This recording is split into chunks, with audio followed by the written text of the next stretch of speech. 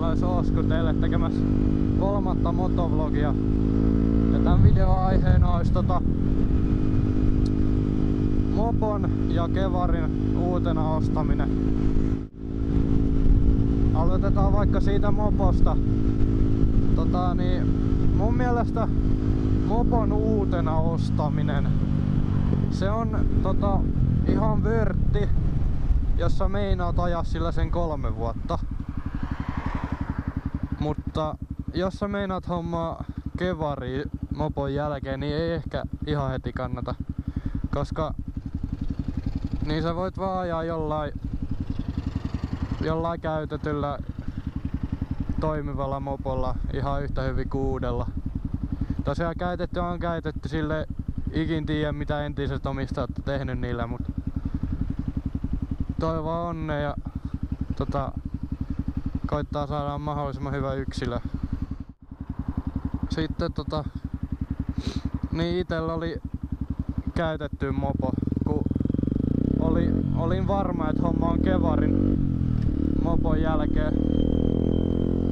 Niin oli 2009 vuosimallia Yamaha DT. Oli melko vakio, meni se 5.5. Mutta kevarin uutena ostaminen, mä en tiedä, 2 tahti ei ehkä kannata. Tai mä tiedän, ei niitä, tai saahan niitä uusia, mutta käsiks kotareita ei vissiin saa enää kilpiä uusia, näin mä oon ymmärtänyt. Mutta joku husseja, mitä niitä Husse TEtä ja mitä niitä kaikki on.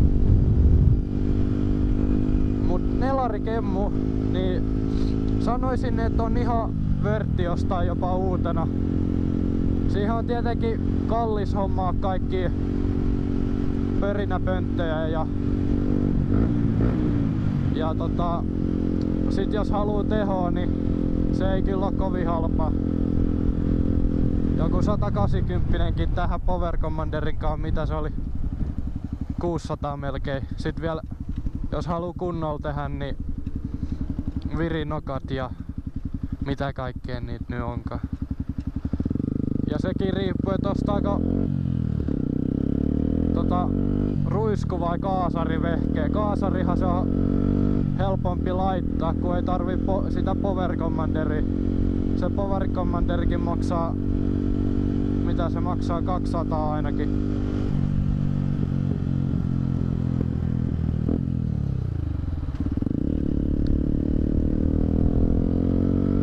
Niin ja tosiaan olitte näköjään tykännyt siitä viikon Jonneilut ykkösestä, kun oli tullut sen jälkeen aika paljon tilaajia ja siihen oli tullut siihen videon kanssa aika hyvin näyttökertoja.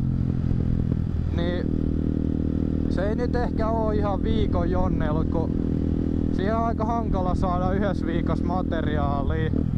Niin se varmaan tulee olemaan semmonen 2 viikon välein se viikon Jonneilut juttu. Mut tietenkin jos materiaalia riittää, niin koitan tehdä mahdollisimman usein. Tallikaveri moikkas. En edes tiedä kuka oli.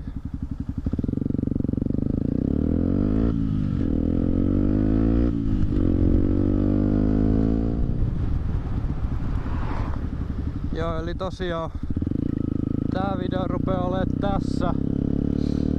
Mä koitan näitä motovlogejakin tehdä, kun vaan keksii aiheita. Ja niin, koitan saada viikon Jonneilut 2 tehtyä, kunhan vaan sais jotain hauskaa materiaalia siihen. Joo, eli tosiaan kiitos kun katsoit videon.